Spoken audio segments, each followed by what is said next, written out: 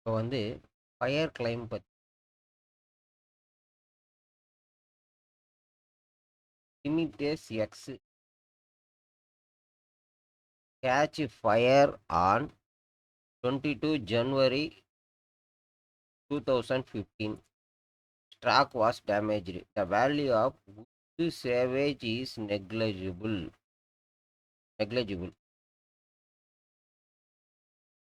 The fire made up account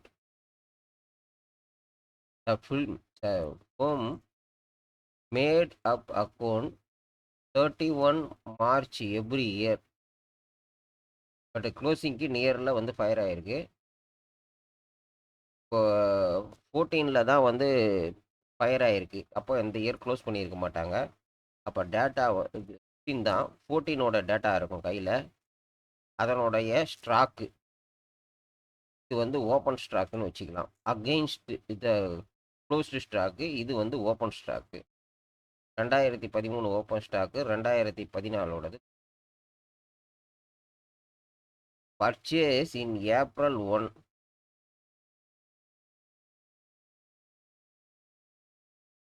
32,82,700 against purchase வந்து அதுக்கு previous year கொடுத்துருக்காங்க. கரஸ்பாண்டிங் சேல்ஸ் இன் ஃபிகர் அதையும் வந்து அந்த இயரு 14 ஏப்ரலு அதுக்கு முன்னாடி இயரோடதும் கொடுத்துருக்காங்க. You are giving the following information. என்னென்ன information? Goods cost 1 lakh rupees given to the advertisement. அப்போ இது பர்ச்சேஸில் டிடெக்ட் பண்ணிக்கணும். Rate of gross profit constant. அப்போது இந்த இயரோட 2015ஓட டேட்டா நம்ம கையில் கிடையாது. அதாவது 2014 டு 15 கிடையாது. 2013 டு 14ஓட டேட்டா இருக்குது. அதனோட கிராஸ்டு ப்ராஃபிட் கண்டுபிடிச்சி இங்கே எடுத்துகிட்டு வரணும். அதில் ஒரு அடிஷ்னலாக பர்ச்சேஸையும் டிடக்ஷன் பண்ணிடணும். In X take the insurance policy 5,80,000 பண்ணியிருக்காங்க. Subject to the average clause. In above information required to make the estimation of the stock in and date of fire. Memorandum account போடணும். மெமரண்டம் அக்கௌண்ட் போடணுன்னா crossed profit வேணும். Crossed profit வந்து கான்ஸ்டன்ட்னு கொடுத்துருக்காங்க. 2013-14ஓட year போட்டு அதனோட தான் இங்கே எடுத்துகிட்டு வரணும். மிச்ச டேட்டாஸ்லாம் இருக்குது. Computing amount of lodged in insurance company.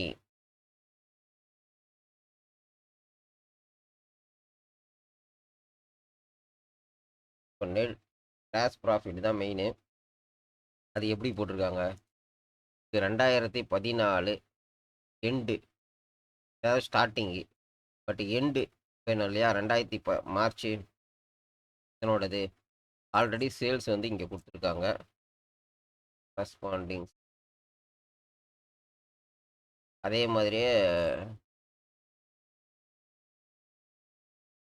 Closing stock January 22.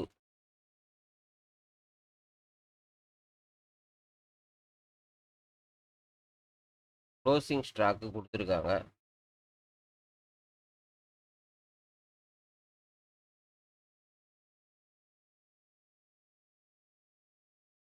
March closing stock இது இருக்குது. வர மாதிரி க்ளோசிங் ஸ்டாக்கு எடுத்துட்டோம். அடுத்தது வந்து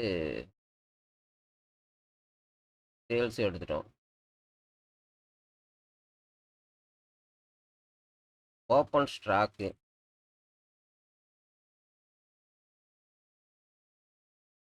அகைன்ஸ்ட் ஓப்பன் ஸ்டாக்கு. இயரோட ஓப்பன் ஸ்டாக்கு, இயரோட closing stock. Open stock purchase எடுத்தாச்சு. இது எல்லாம் போக ரிமைனிங் இருக்குது 10,400. 10,400 டிவைடட் பை சேல்ஸு 20%. இப்போ கிராஸ் ப்ராஃபிட் இதுலேருந்து எடுத்தாச்சு. 20% கிராஸ் ப்ராஃபிட்டு இந்த இயரோடது. இதனோட க்ளோசிங் ஸ்டாக்கு தான் இந்த இயரோட ஓப்பன் ஸ்டாக்கு. 13-14ஓட இயரோட க்ளோசிங் ஸ்டாக்கு தான் இங்கே ஓப்பன் ஸ்டாக்கு. செகண்டு பர்ச்சேஸ் போட்டாச்சு. அட்வர்டைஸ்மெண்ட் கொடுத்தத டிடக்ஷன் பண்ணிக்கணும். ஓவரால் பர்ச்சேஸ் வந்து 33,000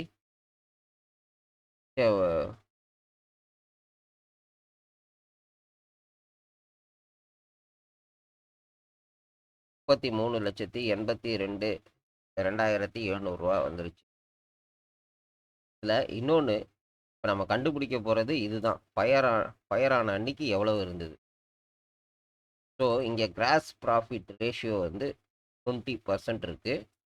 இத வந்து இது கூட மல்டிபிள் பண்ணிடணும். சேல்ஸ் இருக்கு. சேல்ஸ்ல 49,17,000 இன்ட்டு 0.2னா 8,83,400.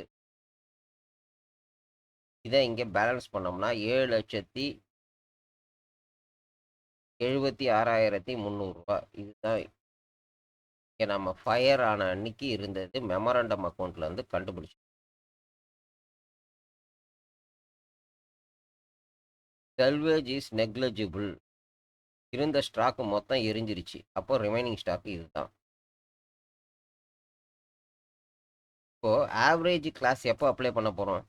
இன்சூரன்ஸ் கிளைமும்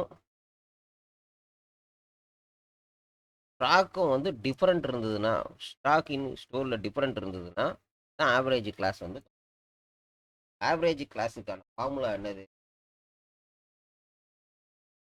அமௌண்ட்டுக்கு ஆக்சுவல் லாஸு இன்ட்டு இன்சூர் பண்ணி வச்சிருக்காங்க அந்த amount plus value of stock எவ்வளவு இருந்தது ஃபயர் ஆன அன்னைக்கு. இப்போ ஆக்சுவல் ஸ்டாக்கும் இதே தான், ஃபயர் ஆன அன்னைக்கு இருந்ததும் இதே தான். அமௌண்ட் அதிகமாக இருந்தாலும் இது ரெண்டும் ஒரே வேல்யூ தான். ஸோ ரிமைனிங் இருக்கிறது என்ன? இன்சூரன்ஸ் அமௌண்ட்டு மட்டும்தான் வந்து கிளைம் பண்ண முடியும்.